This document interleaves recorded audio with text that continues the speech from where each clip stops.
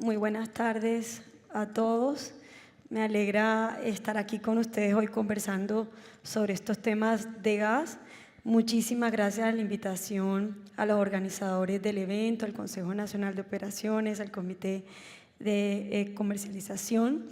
Y espero pues poder aprovechar este espacio no solamente para hablar del futuro del gas, sino también para hablar algo del pasado y del presente, un poco para tener contexto y poderles dar claridad de todos los temas que hoy estamos enfrentando y por supuesto cómo estamos viendo hacia adelante las alternativas.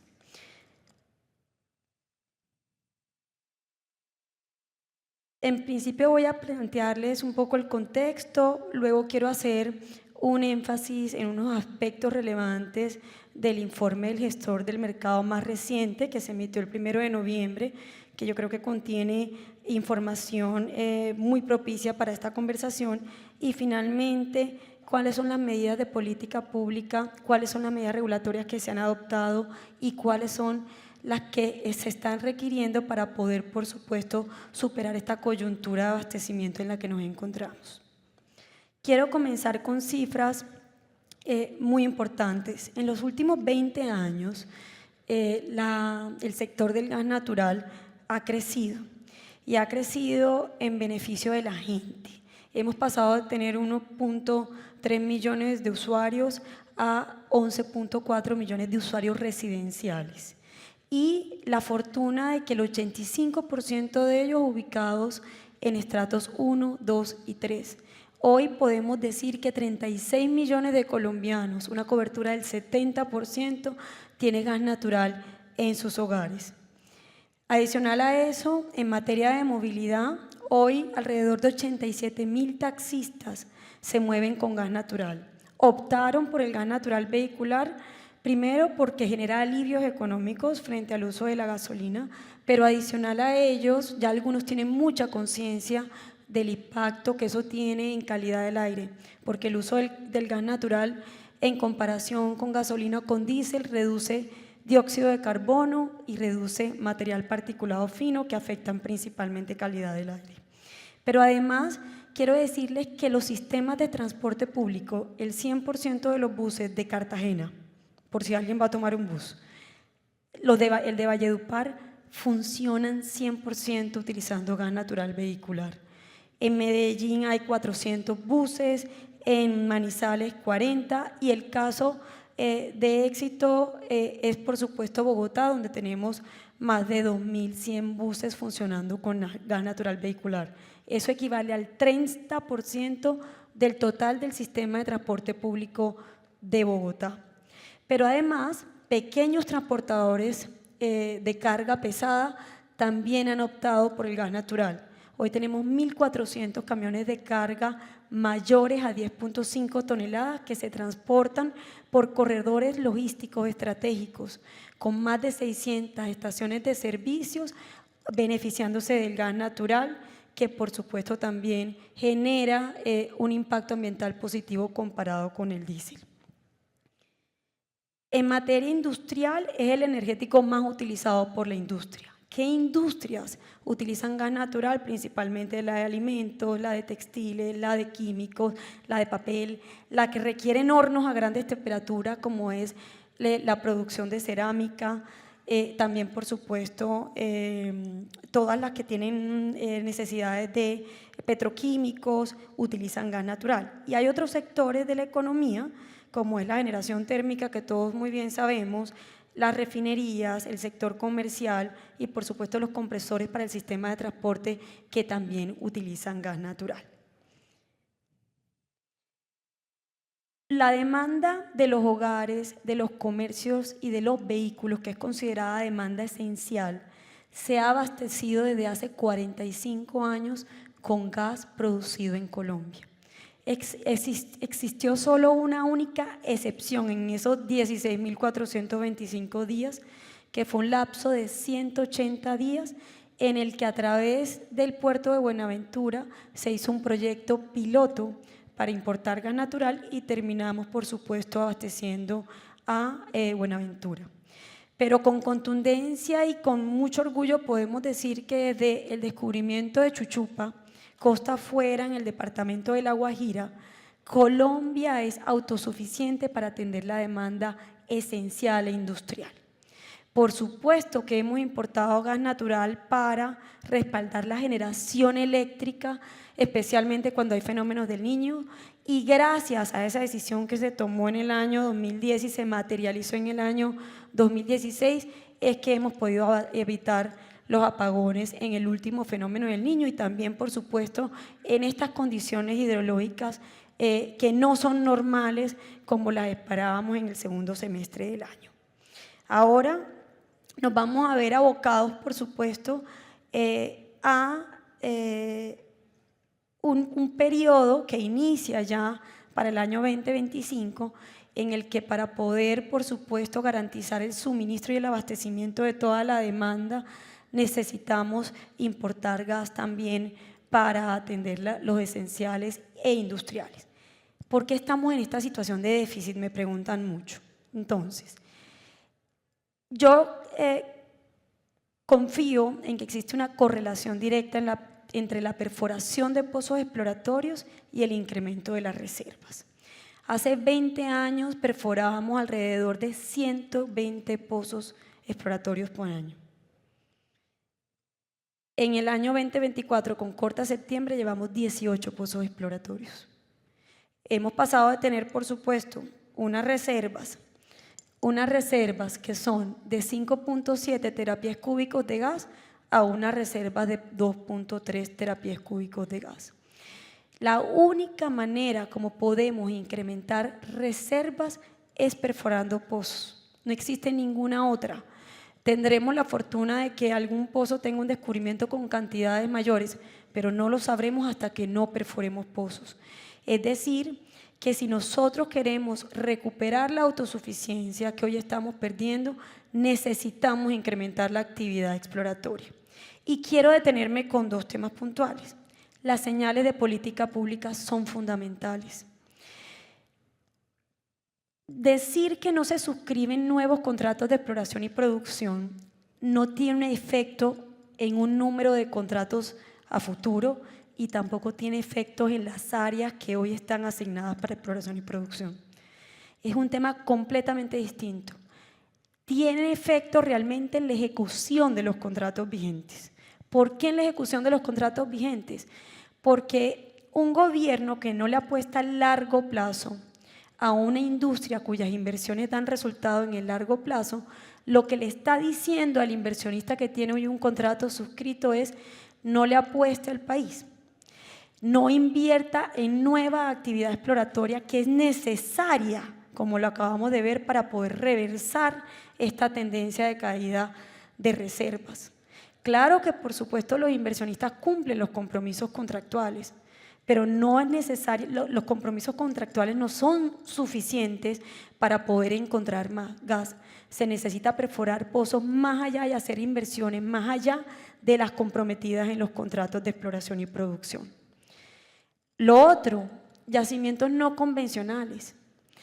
El potencial de reservas que tenemos en yacimientos no convencionales es 10 veces mayor a las reservas probadas que tenemos hoy.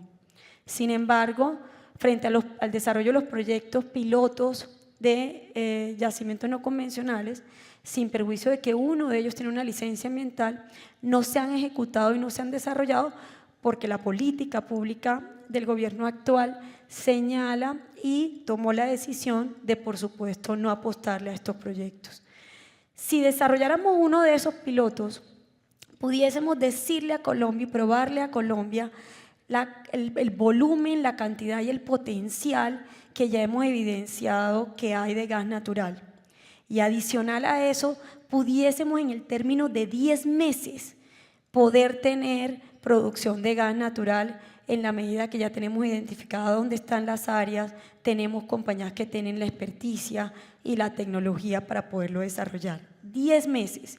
Dentro de una situación crítica de abastecimiento en la que nos encontramos, esos proyectos podrían ser una alternativa, pero es muy claro, el gobierno ha sido muy claro que no va a desarrollar esos proyectos, razón por la cual yo creo que de acá al término del gobierno, por supuesto que eso no se va a llevar a cabo y no se va a materializar. El proceso de comercialización que se realizó el año pasado, y ahora les voy a mostrar, empezó a evidenciar que ya entrábamos en un periodo de escasez de gas.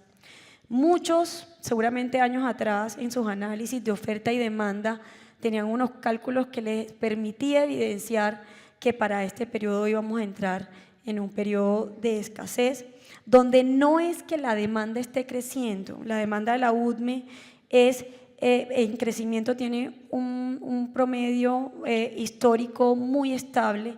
Lo que está sucediendo es que no hay oferta suficiente para cubrir esa demanda.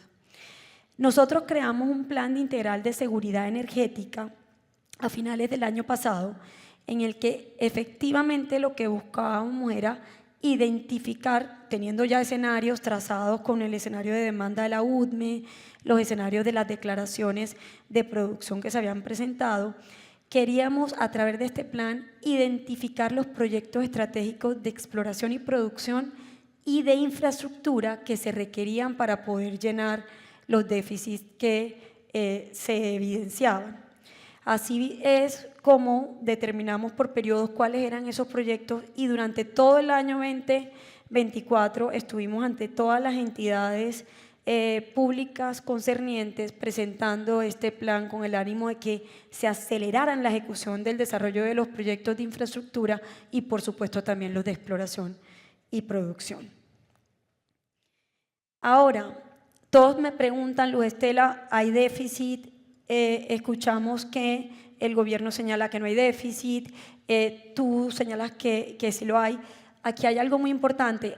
Así al igual como ustedes también tienen a XM, que ahorita Andrea lo mencionaba bastante, nosotros en el sector del gas tenemos al gestor del mercado. Hoy en la bolsa mercantil también resulta un proceso de una convocatoria pública que hace la CREC y es el encargado de consolidar y de publicar toda la información relacionada con la compra y venta de gas natural. En lo que va de estos últimos 4 meses, el gestor del mercado ha tenido ya que emitir 2 reportes, bien porque se han definido por parte de la CREC unas nuevas regulaciones que amerita, por supuesto, realizar nuevos cálculos y bien porque esa regulación también ha permitido que los productores presenten nuevas declaraciones de producción. Aquí les traigo 2 de los 3 reportes que ha hecho el gestor del mercado. El segundo fue el 23 de septiembre del 2024 y ustedes pueden ver en la parte resaltada cómo el gestor del mercado ya con contundencia señalaba que había un faltante de 120 GBtu día de gas natural. Eso equivale al 12% de la demanda total nacional para que ustedes tengan una referencia y una idea. El último reporte del gestor del mercado fue emitido el 1 de noviembre y en ese ratifica que Colombia no tiene gas local en firme suficiente para abastecer el total de la demanda. Me preguntan muchos, ¿qué quiere decir gas en firme, Luz Estela? Porque pues hay más producción de gas, pero entonces, ¿dónde es que está, digamos, el quid del asunto? Resulta que en la etapa de maduración de un proyecto de exploración y producción, uno perfora un pozo, tiene un descubrimiento y una vez tiene el descubrimiento inicia un periodo de pruebas. Y ese periodo de pruebas puede extenderse hasta 2 años, 3 años, dependiendo los análisis que se vayan haciendo. Y cuando uno ya termina las pruebas puede identificar si las cantidades encontradas, la calidad, el potencial del pozo permite que se declare el periodo de producción y o la comercialidad del campo. En ese momento, para poder declarar la comercialidad, se requiere y se exige licencia ambiental global. Se tuvo licencia ambiental para perforar el pozo, pero hay que solicitar licencia ambiental de producción para entrar en el periodo de producción que puede durar, dependiendo de los contratos, entre 30 años o hasta el límite económico del pozo.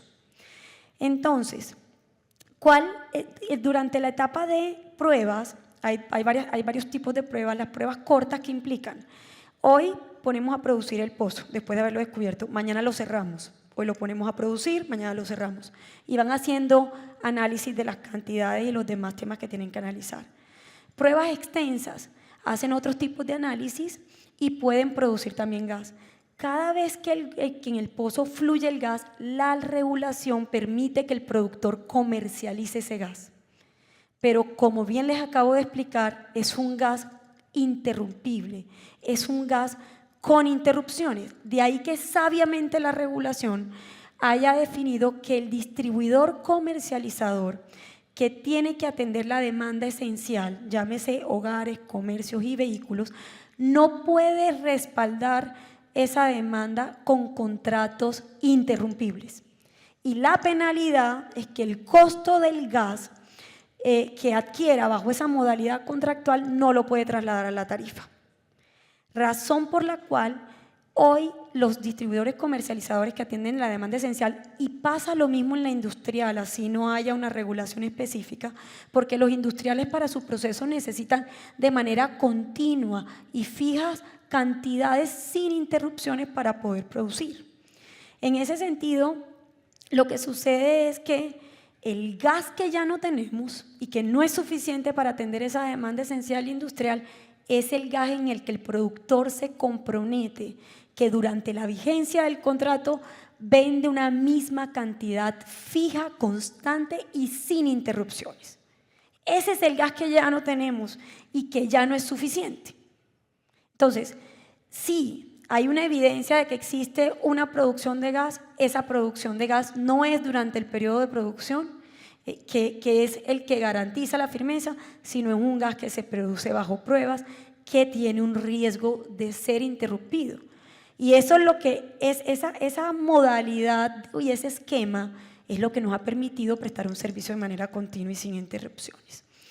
En el informe del 1 de noviembre, que es el más reciente, entonces el gestor del mercado, y más adelante voy a llegar a más detalle, el gestor del mercado señala en 2 escenarios que plantea, uno de condiciones hidrológicas normales y uno de condiciones hidrológicas críticas, que bajo los 2 escenarios, inclusive utilizando gas importado, hay déficit de gas local en firme. Ahora, el periodo de comercialización del año 24.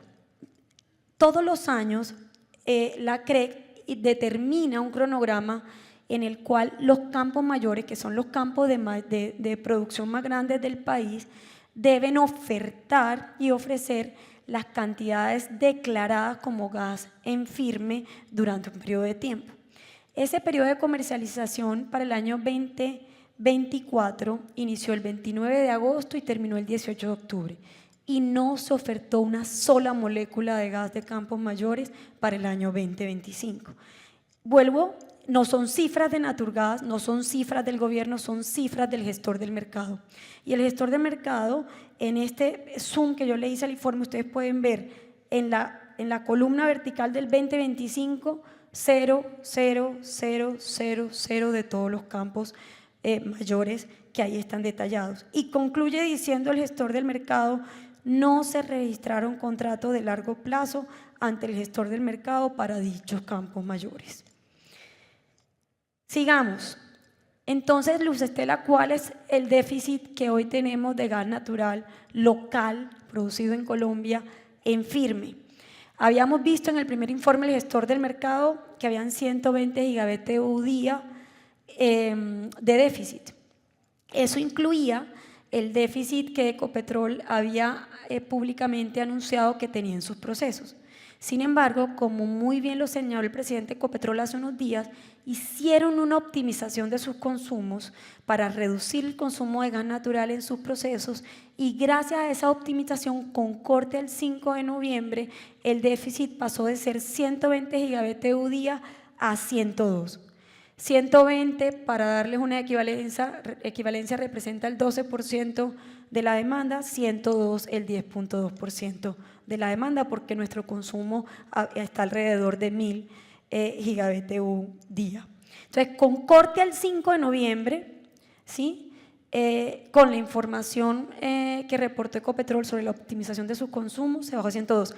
Hoy nos da la buena noticia Ecopetrol, hace unos momentos publicó un comunicado de prensa que además de cubrir su déficit, va a ofertar al mercado 16 GBTU y eso ayuda a cerrar el déficit, sin lugar a dudas, porque en su comunicado señaló que era gas en firme lo que le iba a ofrecer al mercado. ¿De dónde pudo haber salido ese gas? De nuevo, de la optimización de sus consumos. Va a dejar de consumir gas para cubrir su propio déficit y también para ofertarlo al público, lo cual eso es una buena noticia. Y esa es la situación crítica del 2025, pero imagínense la del 2026. El déficit ya no son 120 GBTU día de gas en firme. El déficit son 300 GBTU día de gas en firme. Ni la planta de regasificación, que es la actual infraestructura a través de la cual realizamos importación de gas natural, va a ser suficiente para cubrir el déficit ni del 2026 y en el 2027 es mayor y en el 2028 es mayor hasta que entre el proyecto más cercano que se está realizando de exploración y producción costa afuera, que es el proyecto que hoy opera Petrobras en asociación con Ecopetrol, que está ubicado en aguas profundas en la mitad del Mar Caribe. Sí, las consultas previas asociadas a la construcción del gasoducto que se requiere para conectar ese campo en tierra en la estación de Ballena que está en Manaure, en el departamento de La Guajira. Son 116 consultas previas certificadas por el Ministerio del Interior. Si esas consultas se dan a tiempo y la licencia ambiental que se requiere para construir la infraestructura y también la planta de tratamiento en tierra se da a tiempo, 3 años después de que tengamos la licencia ambiental puede estar ese proyecto en operación.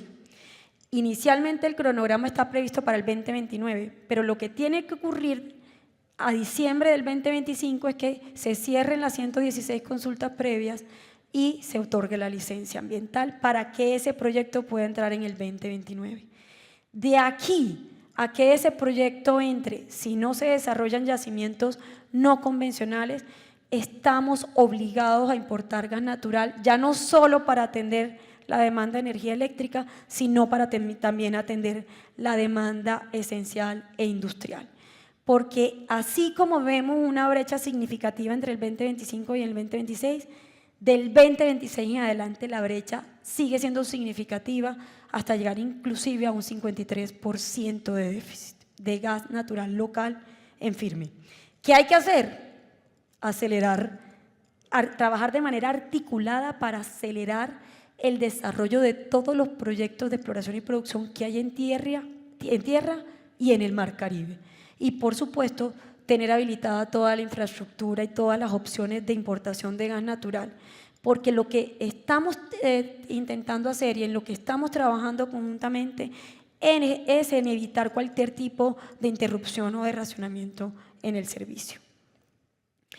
Ahora, analicemos entonces cuáles son las opciones, las alternativas y los escenarios que plantea el gestor del mercado en el informe reciente del 1 de noviembre.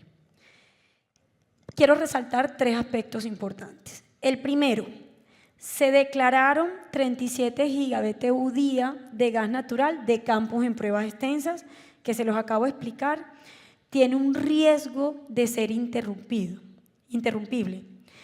Pero, ¿por qué lo declararon Luz Estela y por qué se llama gas natural bajo campos de pruebas extensas?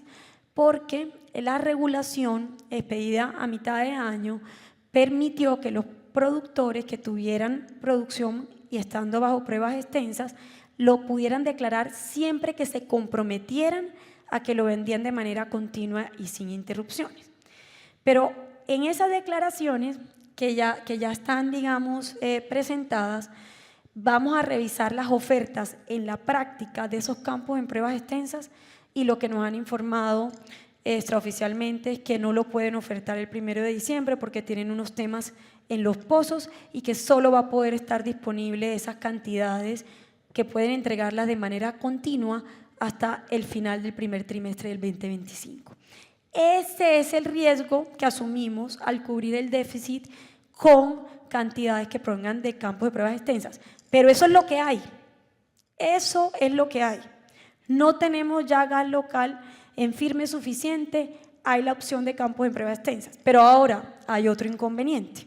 Y el otro inconveniente es que los distribuidores comercializadores que atienden demanda esencial, como se lo había señalado, no pueden comprar a hoy este gas para poder atender esa demanda.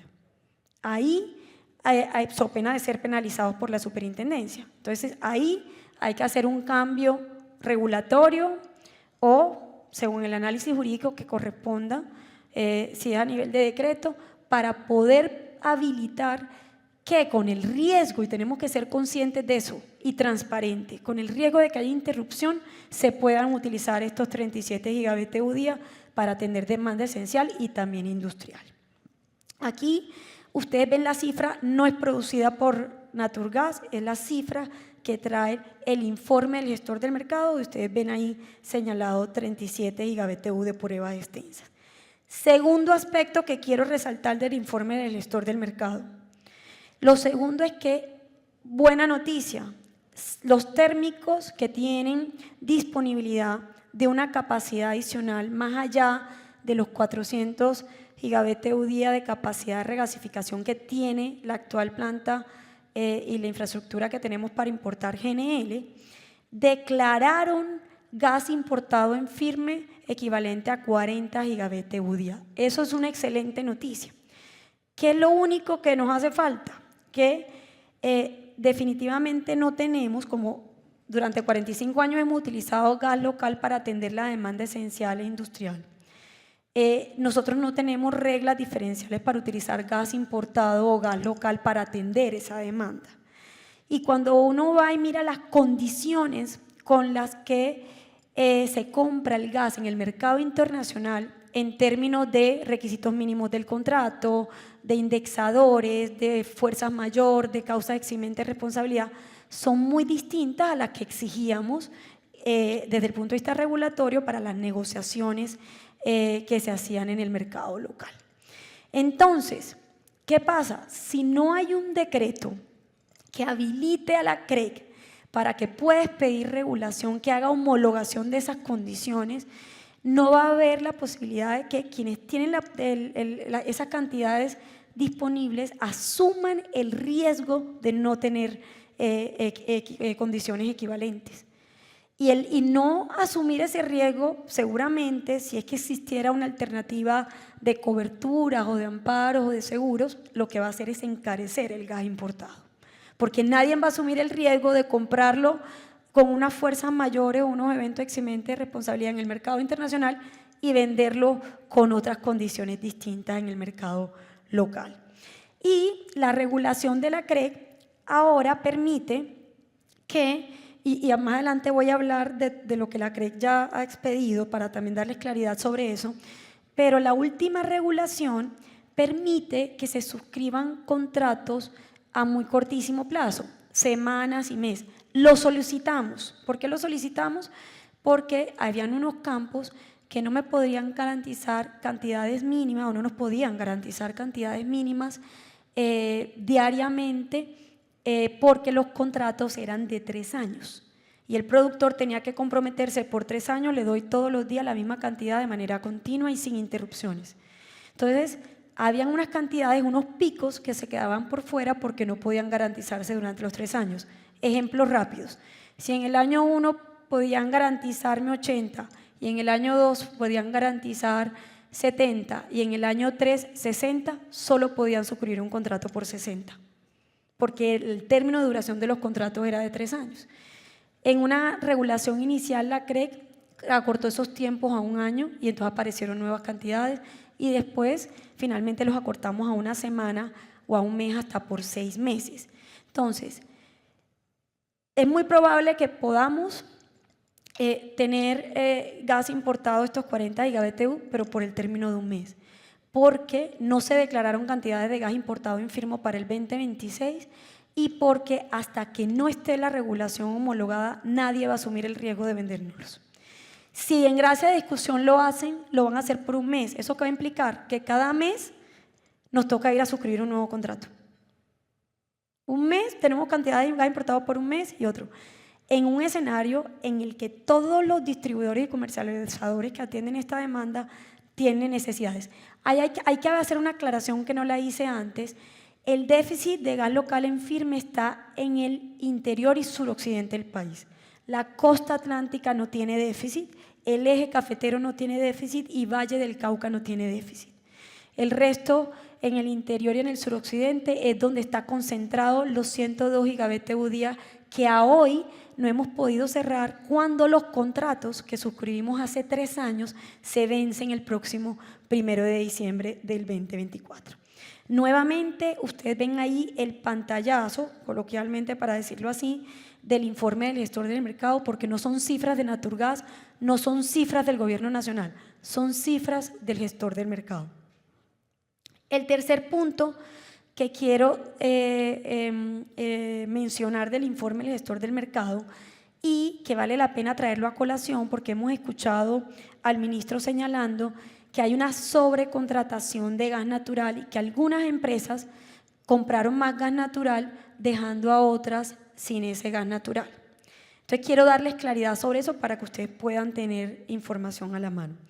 El informe del mercado dice que esas cantidades excedentarias equivalen a 67 gigabits día. Ahí dice millones de BTU, pero en términos generales es lo mismo que gigabits día. Oh my God. Y sin embargo, cuando vemos en el mismo informe el desglose de esas cantidades, son en su mayoría cantidades que están apalancadas con contratos de firmeza condicionada. Entonces les hablé de interrumpible y ahora les voy a hablar de firmeza condicionada.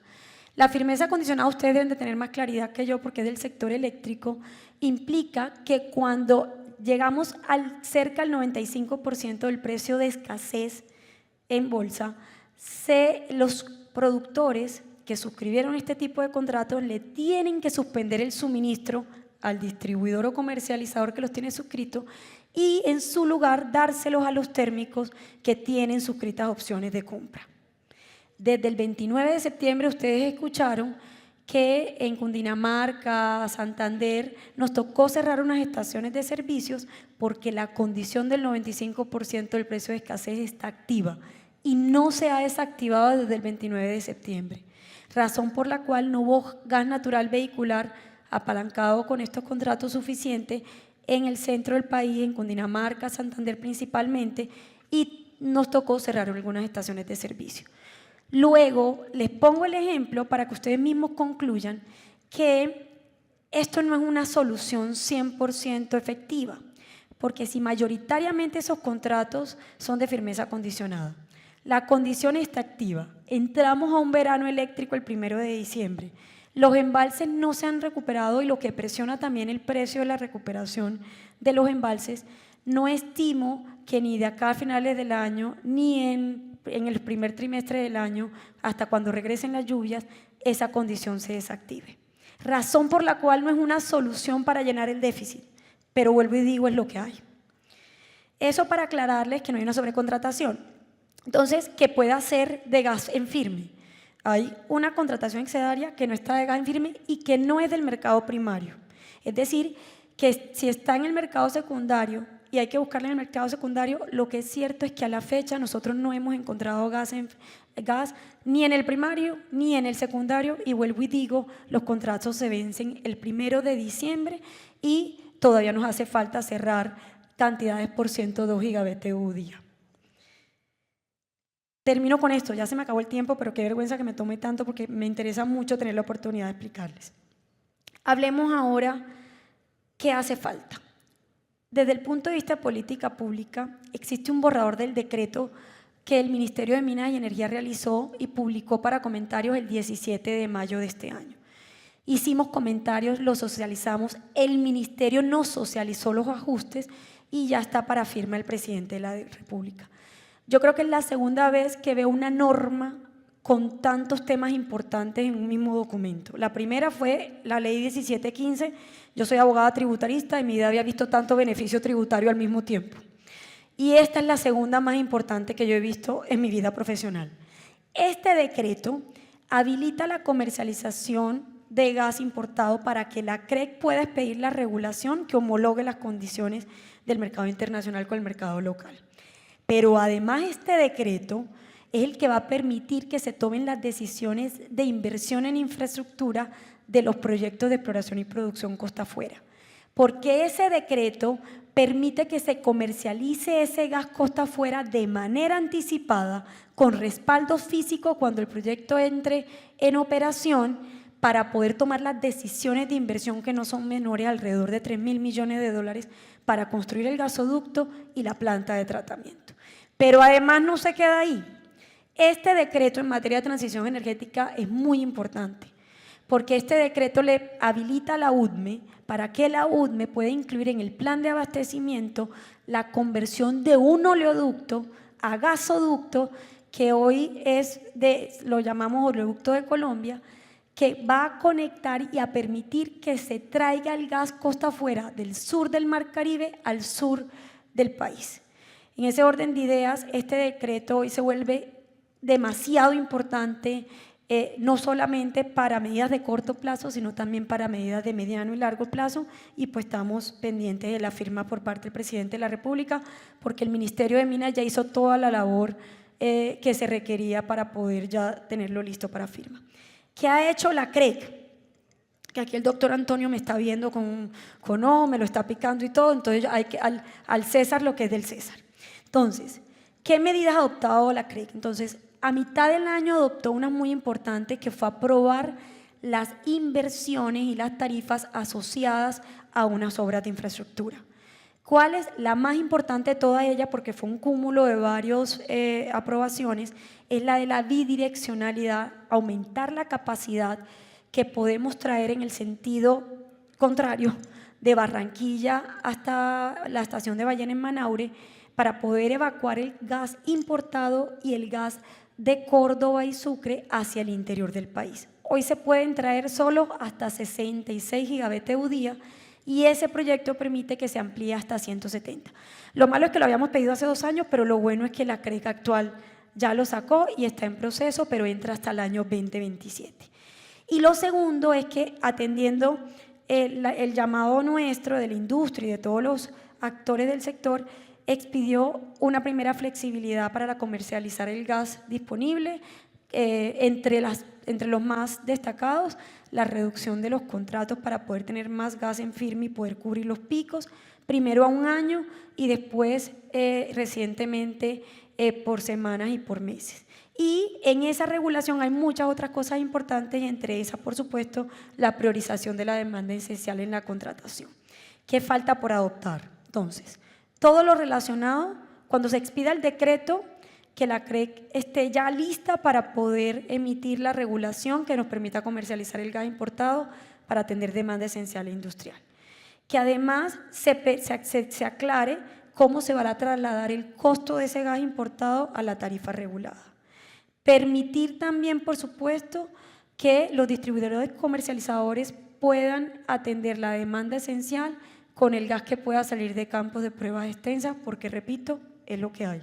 Y finalmente, adoptar de manera definitiva toda la regulación que se acaba de expedir, que, como bien lo dicen los considerandos, es transitoria y necesitamos suscribir contratos ya de mediano plazo.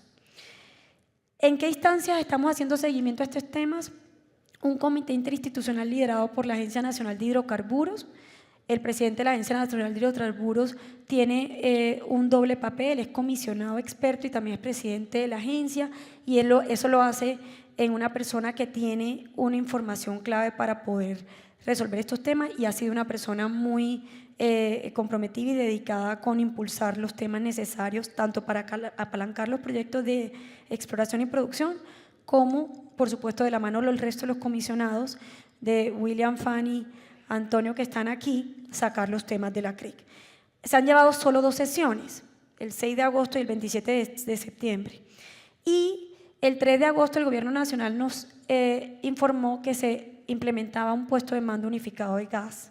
La primera reunión, el 3 de septiembre, la primera reunión se hizo el 19 de septiembre y la segunda, en la que participamos nosotros, solo hasta el 6 de noviembre. Necesitamos hacerlas con mayor periodicidad para poderle hacer seguimiento a estos temas. Y quiero cerrar con esta frase: el déficit de gas natural es una realidad. O sea, ya con eso no hay nada que hacer. es irreversible en este momento porque no hay en la etapa de maduración de los proyectos de exploración y producción suficiente gas local en firme para de manera en el corto plazo cubrirlo, y ya no alcanzan esas cantidades en tierra para cubrirlas en los años siguientes porque el déficit es mayor. El déficit de gas natural es una realidad, no es una narrativa. Me tomé el trabajo de demostrarles que las cifras no son de Naturgas, tampoco son del gobierno nacional, son del gestor del mercado.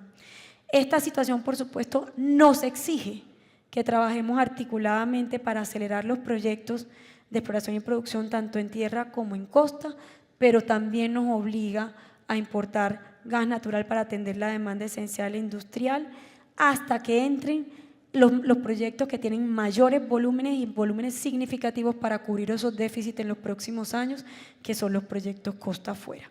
Muchísimas gracias.